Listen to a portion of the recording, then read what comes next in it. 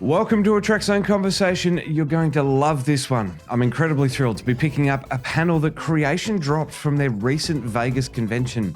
I have four of the team from Star Trek Continues beaming in: director James Kerwin, Dr. McCoy, and creative consultant Larry Nemecek, Scotty's Chris Doohan, and of course Mr. Spock's Todd Haberkorn. Stick around. We're talking the legacy of the amazing fan film that is Star Trek Continues. This is a Trekzone Conversation. And you can get exclusive behind-the-scenes info and first-play access to all Trekzone podcasts by becoming a member today. Click join on every Trekzone video on YouTube. Go to thetrek.zone/support or scan the QR code on screen throughout the show. Now, it's back to you, Matt. Well, thank you very much, Ross. And a quick mention of our socials: Trekzone's on YouTube, Twitter, Facebook, Instagram, and your favourite podcast feed. Find us, like, follow, and subscribe. Leave comments and ratings. That'll help us convince the algorithm we're worth it. Now, before we get started, I want to address something that will surely arise in the conversation surrounding this podcast. Vic Mignogna, Captain Kirk, and the main driving force behind Star Trek Continues. Now, Trekzone is aware of allegations made against Vic of inappropriate behaviour of a sexualised nature and condemn such behaviour by anyone, but acknowledge that the legal process must be followed. With that said, this podcast is not about Vic or those allegations and will not be discussed today. Instead, we're focusing on the awesome team effort of dozens upon dozens of people to produce 11 high-quality Star Trek fan films. It was truly a team effort and should stand on its own, apart from Vic's alleged improprieties. James, let's start this panel by asking you what the genesis was for the series. So you know what? I'm going to defer to one of the other three people here because I joined the show during post-production of episode 2. So I was not actually there I did direct and write or co-write most of the episodes, but I was not there at the very beginning. So why don't we shove it over to one of those guys and let them answer that? Well, Todd Haberkorn, Mr. Spock, of course. Over to you, my friend. Take it away. There's a lot of different fan productions in the ecosystem, and I had worked with Farragut, and then I'd worked with James up in New York, Colley up in New York, behind the scenes, and so meeting different people through those different mediums of fan productions was nice, and the cool through line there was that everybody had this love of the different iterations and variations of Trek. And so for me, when I had heard rumblings that, a new thing was coming on board, something where you combined this love of Trek with the knowledge of the series, but then also you had kind of a professional element in the sense that you had people that were trained in these various fields, which was attractive to me. And so when I was approached about it, I didn't want to. My schedule, as all these guys know, is very Tetris-like, and it's so to make time for something as awesome as Trek, it takes some doing. And so I wanted to make sure that my contribution to the project was going to be something that didn't waste everybody's time, and that I knew what I was doing, and that I actually contributed something to the end product. And so I said, what I can contribute is I have had that bowl haircut before, growing up as Asian as I have been, and that I can do. And so I auditioned. When I actually auditioned, and there's a tape hovering out in the world. It's not in the public ecosystem. I said, when I die, it can be released. But I had to audition for Spock, which I was fine with. That's cool, totally fine. And so I thought, so they sent the sides. We received sides of different versions of Spock throughout the series, and I thought it would be a cool idea to, instead of just doing a typical self-tape, which everybody does. I do them, everybody does them. I said, wouldn't it be cool if we shot it on green screen in the exact angles that Nimoy was standing in the series that those little snippets of scenes were from? And so it'd be cutting over to Shatner. Shatner's talking, it cuts back to Nimoy, but instead of being Nimoy, it would be me in full costume, full makeup, lit, and everything like that. So shot the exact angles. Had a buddy of mine help me with the edit. We put me in those exact scenes. So then when you're watching them, you're seeing all the TOS people. And then when it cuts over to Spock, it's me in the series, green screened in. And so I sent that as my audition. My makeup job was just terrible. Lisa and Tim and all the makeup people that contributed over the years, good Lord. I mean, of course, they're trained, amazing masters. And I was just a guy trying to, remember his lines. So then I came aboard and to see the genesis, the growth of the production from, our humble beginnings when we shot the little vignettes all the way to where we finished with a full-blown set made to spec, all these great guest stars, people really devoted to making this the best it could be. It was awesome to see that whole process. Larry, I know how much you love Bones, but what drew you to don the medical teal for those first 2 episodes? Well, a last-minute call to jump in with about 3 weeks to go. It was right after, like the day after Christmas, I think. And I was just about to work on this great project called Star Trek Stellar Cartography, which to me was the return of cool behind-the-scenes, non-fictional Star Trek writing. And I was so focused on that. And Chuck Huber had done the vignettes and was not going to be a part of that episode, or at least for a while. It was up in the air, and Vic was desperate, but he had heard through the grapevine that I was a Bones fan, and I'd done acting, but I hadn't done anything in maybe 20 years. And anyway, but I had done some.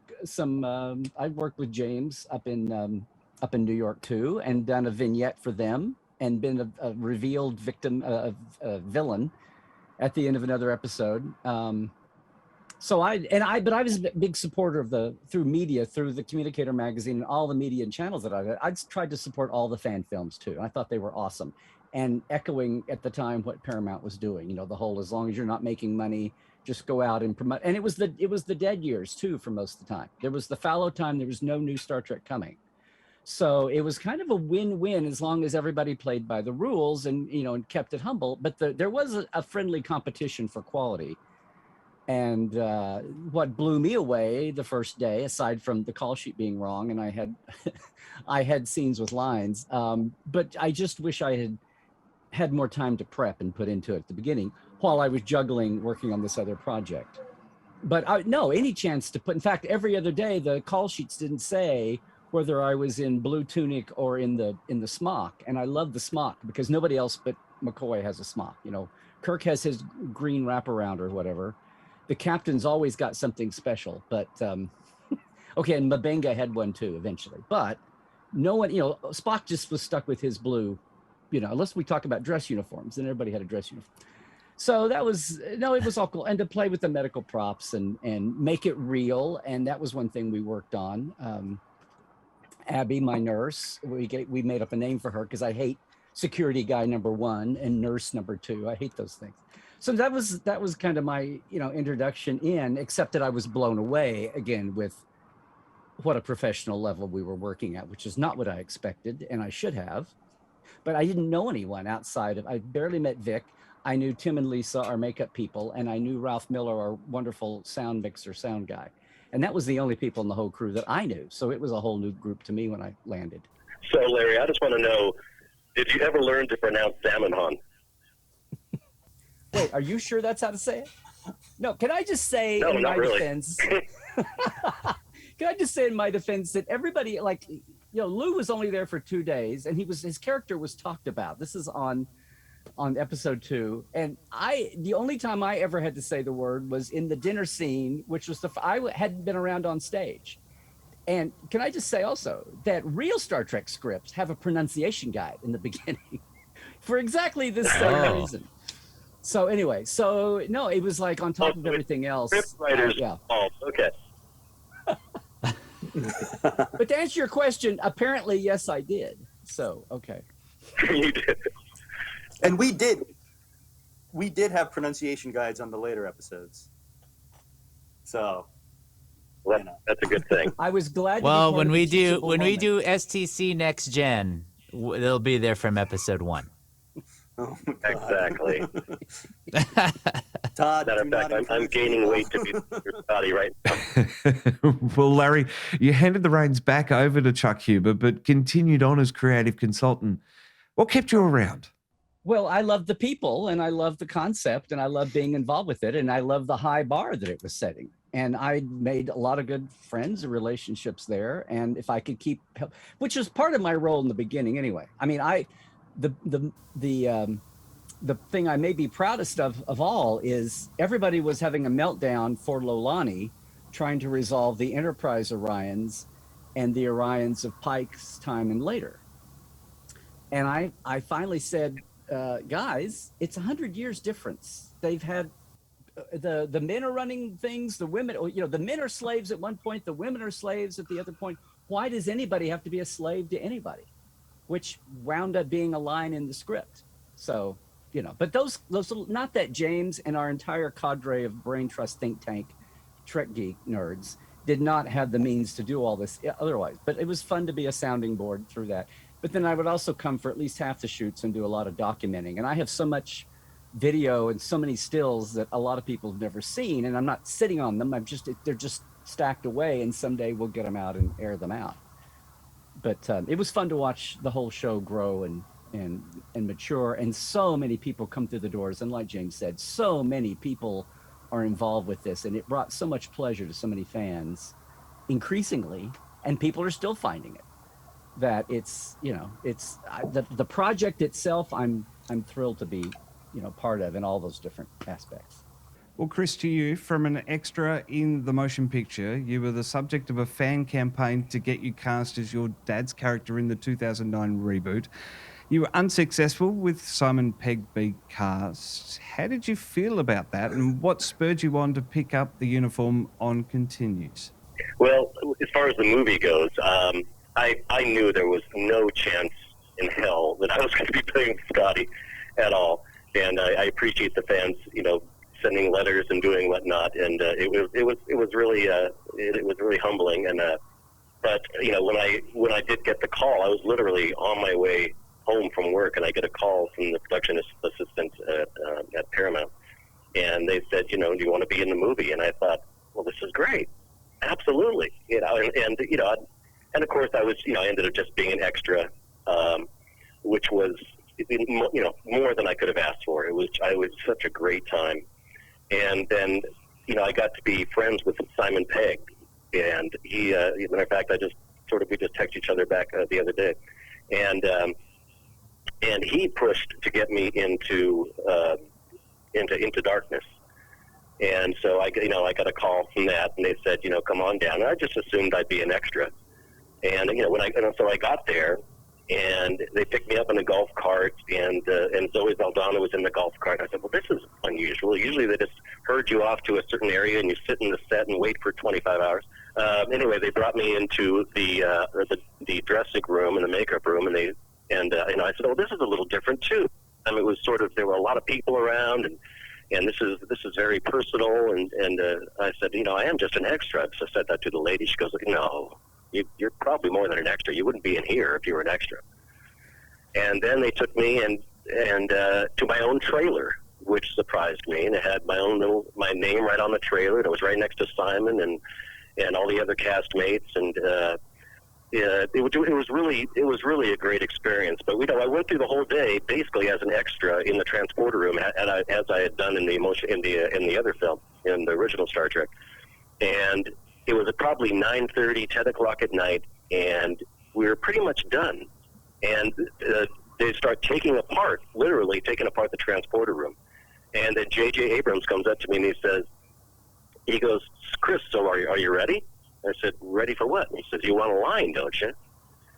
And I said, you've got to be kidding me. I got so really excited, and everybody starts coming back. And I think Zachary Quinto was ready to pack it up and leave.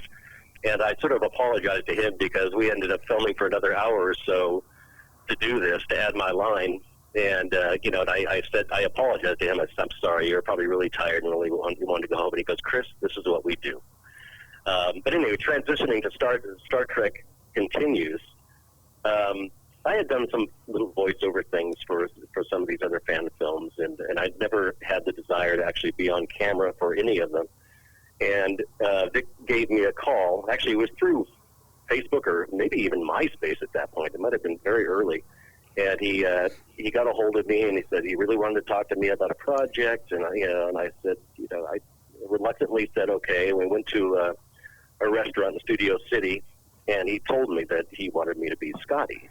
And in this, and I said, well, I'd seen some of the production values of some of these other fan films, and it really wasn't something I wanted to do. And he said, no, Chris, this is going to be top notch. He goes, the production values are going to be so much better than you had ever seen or ever expected to see. And I said yes. And we did a vignette, which was so much fun. I think Happy Birthday, Scotty, and we did a couple other ones, and the fans seemed to really love it. So I was on board. I enjoyed being Scotty. It was so much fun, even though the accent was challenging, and the acting was challenging. Being there with great actors like Vic and Todd and whatnot, and so all these other people, it was a little intimidating. And yes, Todd, you're one of my favorite actors on the cast, by the way. But well, thank you, my it friend. was Thank great. you. Todd gave me a lot of acting advice, and I appreciated it, and as did Vic. But it was probably the best thing I've ever done, and my life has changed tremendously since then. I'm just so glad I said yes, and to think that at one point I was just going to say no, I just don't want to do it, and that's sort of history now. Just incredible. Well, the premiere of Continues beamed to a crowd of 3,500 at Phoenix Comic-Con. What was it like to watch that crowd, Chris, and then sign autographs for hours afterwards? Yeah, well, what was interesting is that we were at, I think it was Phoenix Comic-Con, and we had most of the cast there. And Vic was saying, they gave us an option of either doing a room that could hold 200 to 400 people or a room that could hold thousands. And I told Vic, I said, Vic, we don't know, we haven't even put this out there. We don't know how people are going to react. And I said, wouldn't it be better if we got a smaller room and packed it than getting a bigger room and having a few people in the front row? And he says, we'll fill it. And I said, okay. He's very confident. And we get there, and this theater is massive. And people just start pouring in. I mean, we could not believe it. Thousands and thousands of people. And we showed the episode. Everything went great.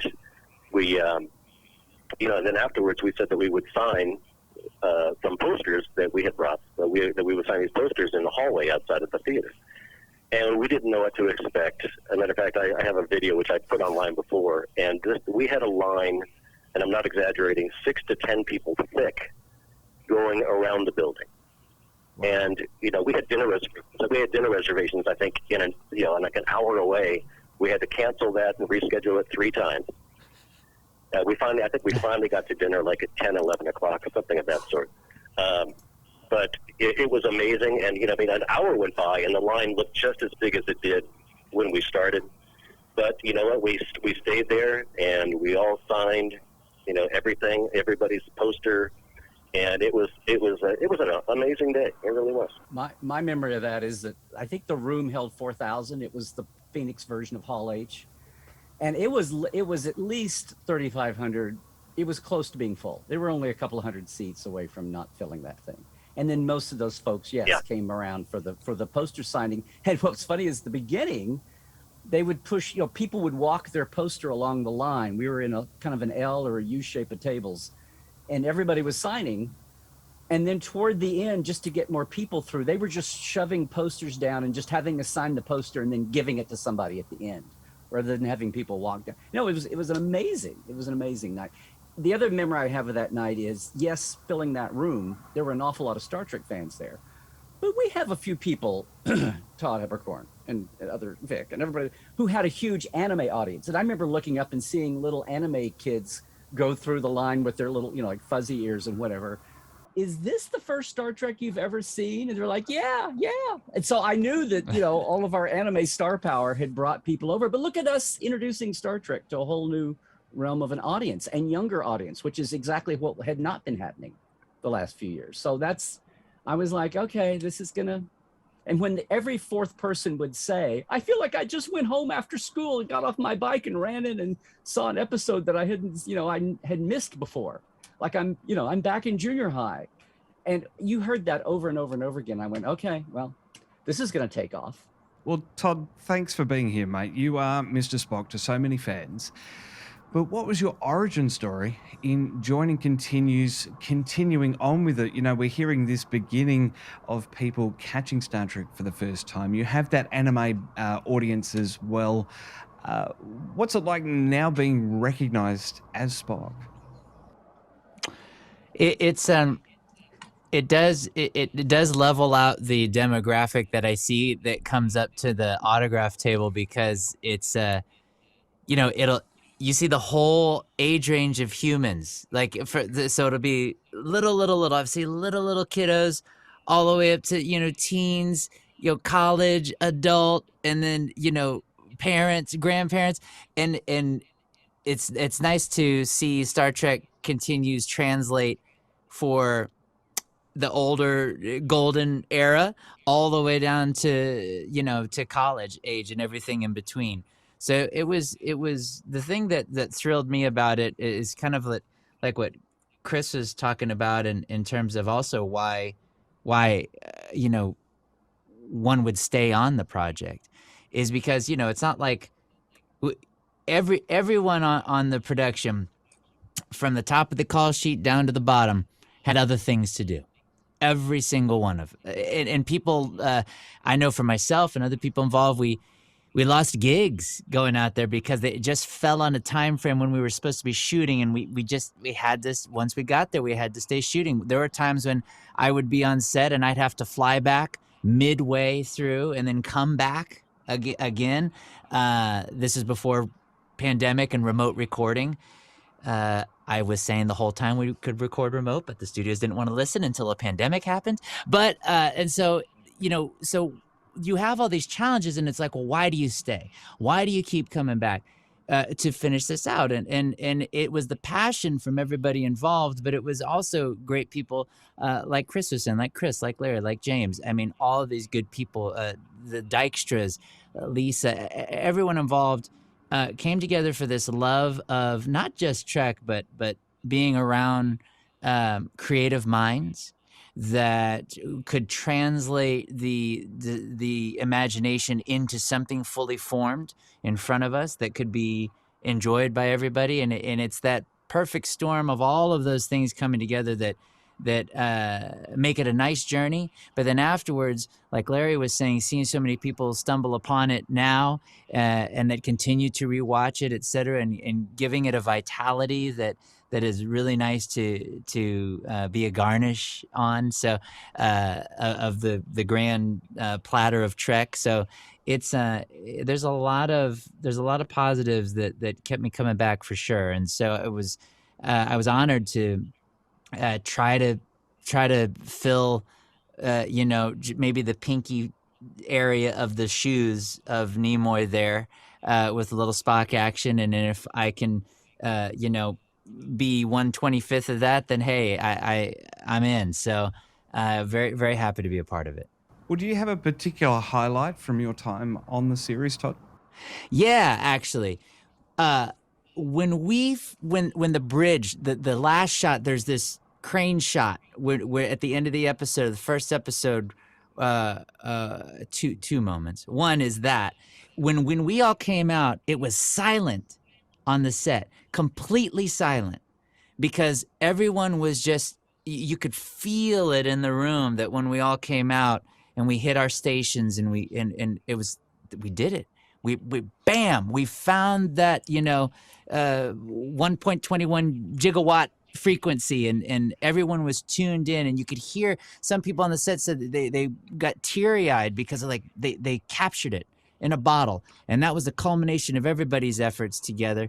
The second thing that comes to mind is when we had Mike Forrest, Apollo, when he to pull him out of retirement.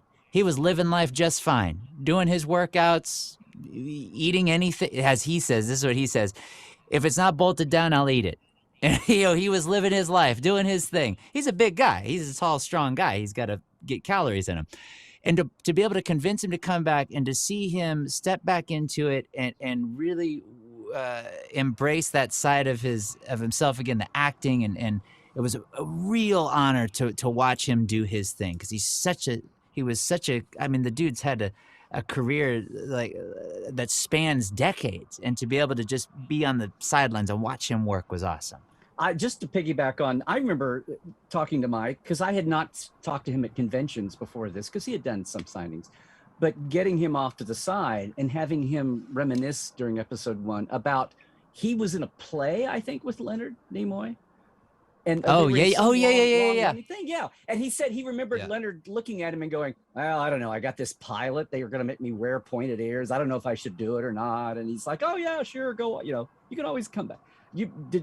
That was just amazing. Oh, yeah. I remember that. That times 100. Yeah. But awesome. I mean, like having the Lolani advice turn into a line from McCoy was actually to be able to say something that, like, I guess I channeled D and McCoy and had that come out. But I'm sure there were other the Zamaron at the dinner table. No, just okay. The other bit was, and this was like one of my little McCoy-isms. I endured years. They talk about people being bullied for their Star Trek. Well, I was bullied in fandom, because you'd get this, okay, what's your favorite, Spock or Kirk or Spock? And I would always look at people and go, McCoy. And it would be kind of like Norman, people would kind of like blow up. And now everybody has a favorite, and everybody's recognized, Sulu and Chekhov and Uhura and all that. You try to buy them on a single T-shirt back in the day. You couldn't. But it was so cool in the scene with, and I have to say here, we are all missing, we're missing Grant terribly here, which is unfairly taken from us so soon. And having Grant around on those sets was great. But the scene where basically I save Sulu, he's beamed back on there on the hull of the ship and come back. But the cool thing for me was I got to do a McCoy thumb pivot on the medical scanner on camera and show it off, which is nothing to the plot and the character in acting. But just the little fanboy bit of me getting to do that on camera and kind of have it there was kind of cool. But overall, just getting to document these people. That shot you have of Chris, I think, is from an interview I did with him from episode 1 that you're using. So, getting to document and interview everybody and a lot of our guest stars and take many of these stills and just, being a supporter and a booster, even not being on camera. And then coming back to the huge scene at the end where we had kind of our own version of the rec deck scene, only it was from the motion picture, which Chris was in, by the way. But having the whole crew of the Enterprise depicted again in that auditorium for the final Kirk speech was a really nice topper the way it wound up. I had so many great moments on set with Star Trek Continues. It's hard to really pinpoint a few, but I will do my best. I think one of the best moments was the first time that I actually walked onto the bridge, on camera, walking onto the bridge and sitting in my dad, Scotty's chair. And it just, looking out and saying, this is what my dad saw, almost exactly. I mean, the lights, this and that, I'm experiencing what my dad did at that point 40-something years ago. And it was incredible. But there were other scenes. The first time I had to do a scene in the Jeffries tube, and I had all these tools. I had a communicator, and I'm trying to negotiate with these things. Vic's saying, "Hey, do this," and I'm picking up a tool and doing this, and then pulling up my communicator. And because of the angle of the Jeffries tube, the communicator little flip phone thing wouldn't stay up. So I had to sort of adjust my hand. It was a nightmare, but it was so much fun. But I got to say, one of the best scenes for me was during Lolani, and it was the dinner scene. It was the exact same scene where Larry couldn't say Zamenhof at all. No offense, Larry, but it was a lot of fun. But there's a scene where if you look back on the scene, you see Scotty drinking. And there's no dialogue at this point. It's just watching Scotty drink, and Spock, Todd, is to his right, and he picks up the drink, and Todd just gives this little look over at Scotty, and Scotty has no idea that Spock is looking in his way. But I mean, it was so apropos because, you know, he just knows that Scotty drinks so much. And I didn't even know it was happening at the time until I saw it back watching the episode. And I just thought it was, you know, it just sort of put icing on the cake to one of my favorite scenes of the whole Star Trek Continues series. James, a highlight? Well, you know, I have to say, everybody's favorite moment from Continues was from before I came on board. So I think that's... So thanks for that. Thanks, guys. Man. All right. You're Once James got there, everything went downhill. Obviously, it went downhill when I came on. Yeah. I'm just kidding. No. James was such glue that held everything together. No, seriously. Like my first episode was writing and directing was episode 3, and I think I think the best episodes we did were probably the last 3, episode 9 and the 2-part finale. I think just quality wise were probably the best, and story wise, and just like really being genuine TOS. But my favorite time was on episode 3, not just because that was my first, so that was a huge part of it, but also being in, you know, I know it's, everybody says this, but like being in the Mirror universe is so fun, and like getting to meet these guys. Like my first time directing Todd was as Mirror Spock, not as Prime Spock, and my first time directing Chris was as Mirror Scotty, not as Scotty Prime. And so it was interesting coming into it, like, and I thought I was only going to do that one, so it was interesting coming in, feeling like, okay, well, I'm going to do this one, and this is it, and it's really fun because it's Mirror Universe, and then I'm out, and these guys can go back to their thing, and then I was asked to come back and continue on for the rest of the show. And kind of like something that some of the others said as well was like, why did you stay around? And because, like Todd said, this genuinely did take time away from the rest of our lives. You know, it took time away from other projects that we would have been doing at that time. So I just had to, and it was kind of a decision for me. Like, am I going to stick with the show for the next few years and just basically have this be my full-time, I would call it a full-time job, but it was a full-time hobby, you know, or go back to my regular directing career out here. And I stuck with the show. But the reason was because the thing that I think about the most when I think about Star Trek Continues is just, and Todd alluded to this, was how incredibly talented everybody was who worked on the show. And obviously our actors, including these guys here, were amazing. But so was our crew. Our crew was incredible. And that goes from the department heads like Lisa and Tim and Ginger and Ralph and Matt Busey, our DP, all the way down the line. And some of these people were most of the kind of the main people, the above line people, the department heads, were film and television industry professionals who just took time out of their lives to do this show. And then as you went down the line, you had people who were a combination of industry pros and new people who were getting into film and television, younger people, and kind of like giving them the opportunity to start out as a script supervisor, or start out as a PA or a makeup assistant or a wardrobe assistant.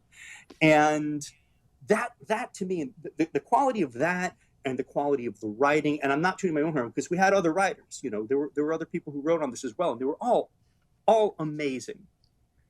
And it struck me because CBS Paramount had Star Trek Day a few weeks ago in celebration of the 55th anniversary. They had this red carpet event out here for the cast and crew and press of the various shows. And Larry and I were fortunate enough to be able to go to it. And we talked about this for a little while afterwards, Larry and I did, that it's interesting because, and I don't mean to call anybody out by saying this, but one of the things that was said over and over again by the actors on stage was, we're standing on the shoulders of giants. And they were referring to the actors who had come before them, especially in TOS, but also in like the Berman era Trek before Modern Trek. And everybody kept talking about that. And that is absolutely true. That's absolutely true. But I also want to give props to the behind the scenes people on both TOS and the mid era, the Berman era Trek. And it was kind of unfortunate, I thought, because none of those people were there actually. Yeah. Larry and I We kind did of have this conversation. There, Yes, yeah. yeah. There was no directors or writers or crew from Berman era or original series Trek, and there weren't even really references to them. And that made me a little bit sad, because I think that absolutely, and this is not an offense to Todd or Chris, because I love you guys. You're amazing actors. You did amazing jobs. But there's also people whose faces aren't seen on camera who work just as hard, and who really created both real Star Trek and Star Trek Continues. And so I just want to give a shout out to our entire crew, because that crew was amazing, and we would never have been able to make the show without those guys. We worked together. It was just a few weeks here and there, for 5 years. But by the end of the first shoot, I mean, we were all just steadfast friends, and we loved each other so much. And what's interesting too is you look at these other like fan based things, and the crews never sort of stick around. They always have to try to get more people, new people. And with our crew, for the most part, everybody stuck around for the whole 5 years. And and it's just going there was like, I think Todd said this once at a convention, but it's like going, we get to go and play in the Star Trek sandbox with your best friends, and it was so much fun. And I mean, I for one, even though I had a full-time job, I worked in the medical field, and I had to take time off, and many times I had to take a time off without pay. But it didn't matter to me. I mean, I was just going there to have, it really was my Disneyland. It was fun for me, and I enjoyed it so much, and I appreciated the cast and crew. I mean, these people were just the salt of the earth. They really were. I mean, they could not have put together a better team. It was amazing. Well, and I think it's that's the combo that you don't always get on sets. The combo of good people, like you're mentioning, Chris, but then also super talented people that do work tirelessly, and not just in those 2 weeks, like James obviously knows, Larry knows. In those 2 weeks that we would shoot, there's pre-production, there's post-production, there's everything around the shoot that goes on, and that's not done. That ain't done by the cast. That's done by the crew, and so that's absolutely true. That there are heroes on all fronts, all sides, for sure. Absolutely. I mean, people, congratulate me and say I did such a great job and whatnot, and Spock did such a great job, and Vic did such a great job. But it's like I just went there and read my lines. That's it. I had nothing to do with anything else.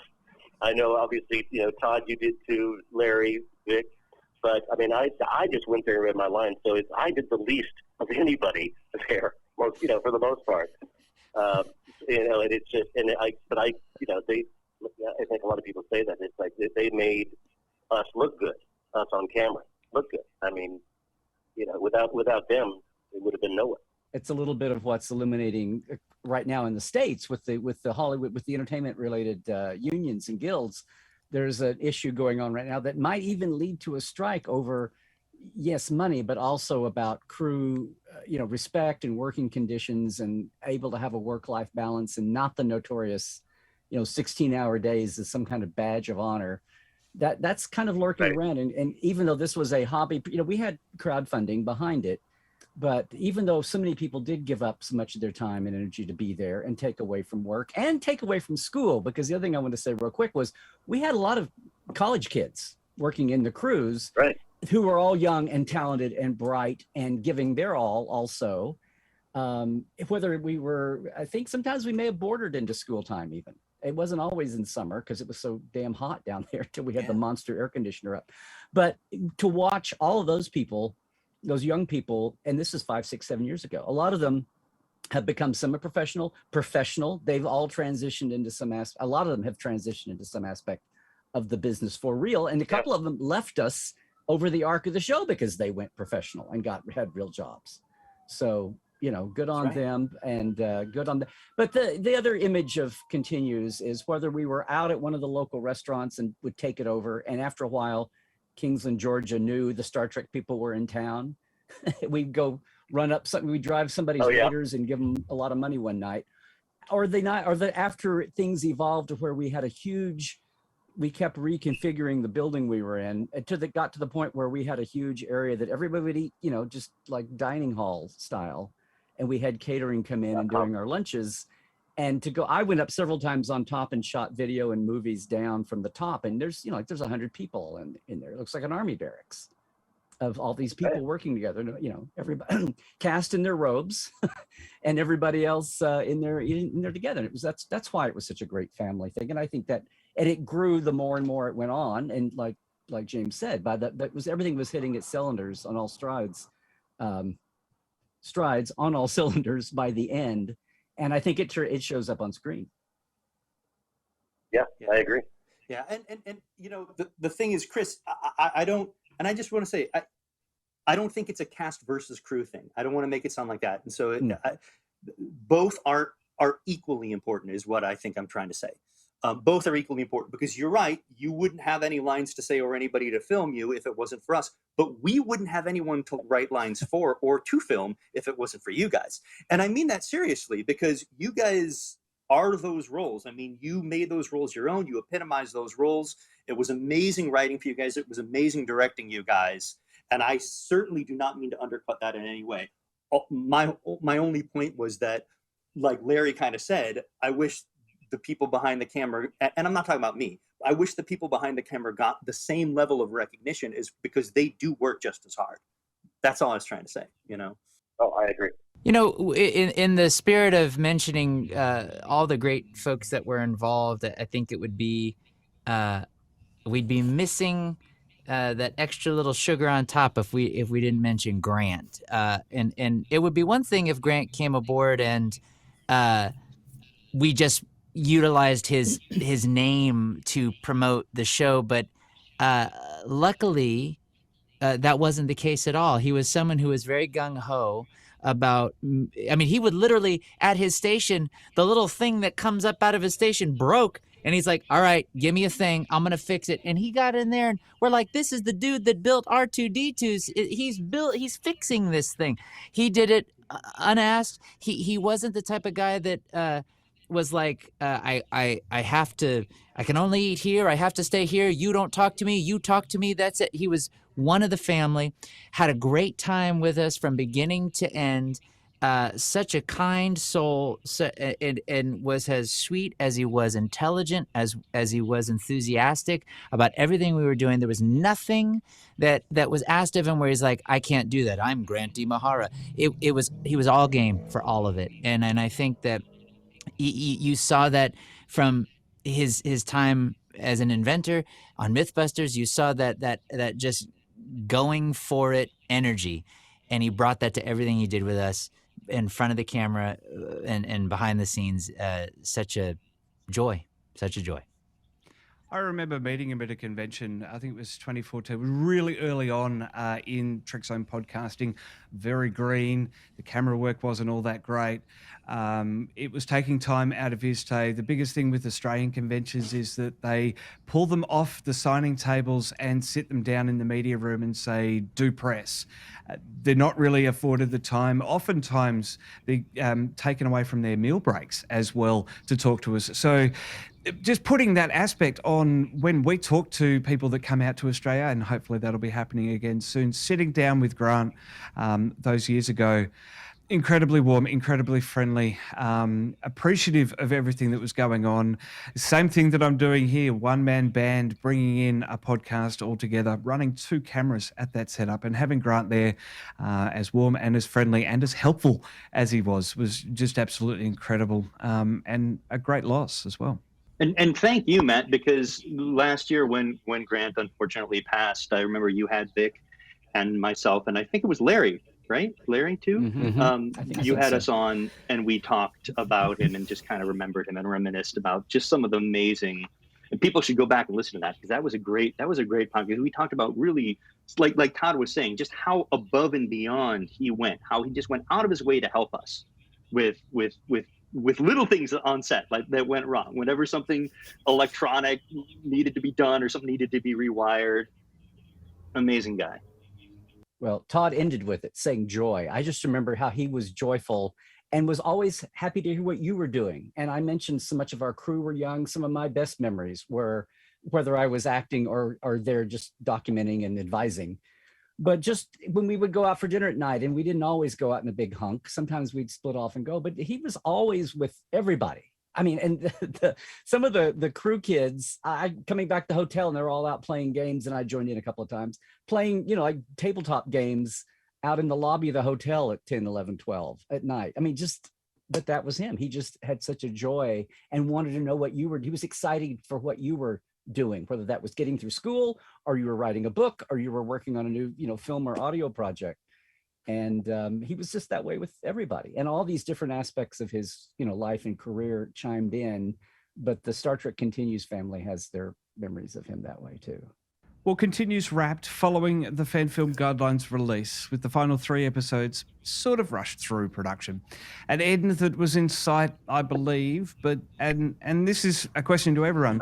Do you feel like all the stories had been told with Continues, or was there more to be done, do you think? Here's the thing. There's this kind of this urban legend floating around that everyone's heard, that there are 2 unmade Star Trek Continues scripts, and the show got cut short because of the guidelines. And, we have tried so hard to correct this rumor because it's not true. We had thrown out a number early, when we were, I'd say we were about halfway through the project. And Vic and I were kind of talking about how the overall arc, because in addition to directing and writing, I served as the story editor on the series, which is basically the second in command to the EP creatively in establishing long-term story arcs and what scripts we pick up from outside writers, which ones we do, which ones we don't, and so on. And so we had kind of said, highly uncredited role, I would say. Yeah. So we should do 10 to 13 episodes. That's what we were always kind of aiming for. 10 to 13 episodes. And somehow that number 13 stuck with people. And because we did 11, they think that there's 2 that were unmade. And that's just not true. The reality is the CBS Paramount was awesome to us. They did not shut us down. And we keep every day, I swear, we get comments on the Facebook page and group. Why can't you get permission to do more? And I really want people to understand. And while I appreciate that sentiment, because it comes from a place of love, people love the show, so they wish there was more. The reality is it was never about permission. Okay, they didn't give us explicit permission to make this fan film or any fan film. It was just a tacit allowance kind of thing. And as people know, we did 4 episodes after the guidelines came out that they just tacitly allowed us to do. We were not shut down by the guidelines in any way, shape, or form. And that's empirical. I mean, that's just look at the dates. We stopped because we were done. We raised enough money to do 11 episodes. We settled on 11. Episode 9 was actually kind of last minute thrown in there. We were gonna maybe do 10, but then we wound up being able to do 1 more because of private donations to the nonprofit. But the story is over. And we completed the 5-year mission. We did what we wanted to do. We all had lives and careers like we were talking about. We had to get back to. We can't continue creating free content for people indefinitely for no salary. That's kind of impossible for us to do. So while I appreciate the sentiment, I do, on one level, hope people understand and appreciate that, we made this great thing and we gave it to you, and that's what it is. So, but if you like Star Trek Continues and you like the people who made Star Trek Continues, I think the best thing that you can do, if you're a fan, is to watch the other stuff that we all make. Support the other projects that we all do. Look at the things that we've done in the past. Support the things that we do in the future, because we didn't stop. I mean, we stopped making STC, but we are all still creating content. Everybody on this call are very creative people, and we love what we do, and we love making new stuff. Let's wrap up. Todd, what's next for you? It's been, I know that early on with quarantine and things like that, things were iffy because people had to readjust how they were going to get stuff done. But luckily, aspects of the industry kept going, and because we had deadlines that defied pandemic things, and so it's been nice and busy and kept me distracted from thinking about all of the people that just won't get the damn vaccine. But I've been working on various projects for Netflix, directing them. I've got an original animated series that's coming. We're just about to finish production on season 1, and it's getting animated right now. A video game got announced today from Square Enix that'll be out for Nintendo, and lots of fun cartoons and video games coming out that I wear a variety of hats on. So I'll keep plugging away at that, and hopefully folks will check it out in between Star Trek Continues while they wait for us to get to the Star Trek Continues motion pictures that James is working on. So. See, you joke, but this is going to be all. This is going to be all over the group and the page on Facebook. They say they're doing a motion picture. You've set the cat amongst the pigeons, Todd. They had those 200 uniforms at the auction in 2006 from Motion Picture that nobody wanted, and they've just sat around for 15 years until we were able to go in and take them off. All those. I mean. All right, well, quickly, let's move on. Larry, you're a very busy man with the Trek Files, Portal 47, Trekland. Is there anything new coming up for you? Or give us a plug for where people can find you. Number one, that was a complete joke about the costume. So please don't take that seriously. Number two, before James kills me. Number two, thank you, though, for portal47.net, which is growing. We were Zooming before the world was Zooming, so we could be global with our behind-the-scenes backstage experience for everybody. We are into the wrap-up stages. I know I've said this before. The Con of Wrath, my documentary, we're actually working intensely on that now, finally. But yeah, the pandemic, I launched a new podcast live stream with Dr. Ali Matu, who's a geek psychologist, called Live Support Live. That's on Saturdays live, and then we archive it and podcast it.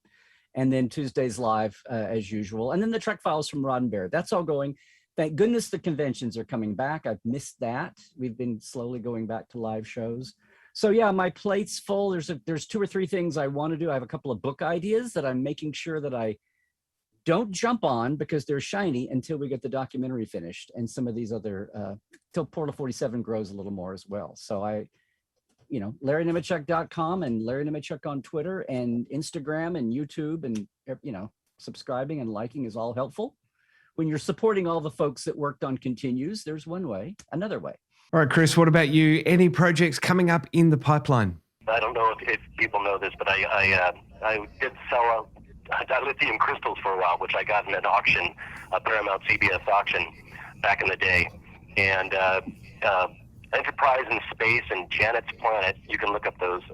They're actually sending dilithium crystals 100,000 feet up into the air on a balloon, and it's coming back, and the balloon, when it comes down, will land at an exact point. So this has never been done with a balloon before. So dilithium crystals will actually be on the edge of space, or just maybe not quite there, but very close, and then they'll come back down, which is kind of cool. And you can go to Janet's Planet or Enterprise in Space to see the details of that. But as far as that, I'm retired. I'm enjoying my retirement, trying to vacation as much as I can. And I still do little jobs here and there and go to conventions. So I see a lot of people at conventions, which is a lot of fun. I'm enjoying that. And James, I believe you have a new project coming up. What can you tell us? I do. Thank you. I haven't talked much about this in interviews, but I am in development / prep on a feature film, which will be a nonprofit production through a 501c3 arts foundation. It is a sci-fi type psychological mystery, I guess you would say. There are folks going to be a part of it, both in front of and behind the camera, from all of the past film and TV projects that I've done. And we're launching a crowdfunder. Shameless plug. We're launching a crowdfunder in the next few months. We've raised a significant amount of the funds for it already, but we're launching a crowdfunder to make up the difference. All donations are tax deductible because it is a nonprofit 501c3. If you want to know more about it, go to fightforyourmemories.com. It's a very simple website right now. All you can do is just sign up for the mailing list. But if you sign up for the mailing list, which we promise we won't share, that way you will get updates on the project as it's in development, and you will get updates on the crowdfunder and when it's about to launch. So that's fightforyourmemories.com, and it's my next feature as a director. Very, very exciting. Gentlemen, I really appreciate the time. This is the biggest Trekzone podcast that we have done on video or anywhere. I think the last biggest thing was the Trek Geeks with Dan and Bill. That's 2 guests. We had 4 here. Just incredible. We got through some tech issues. Nobody out there will know because the wonderful work of our beautiful editor. That's me. I'm a beautiful editor. We'll put this together and we will have the panel that Vegas didn't want. What an awesome show. James Kerwin, Larry Nemecek, Chris Doohan, Todd Haberkorn.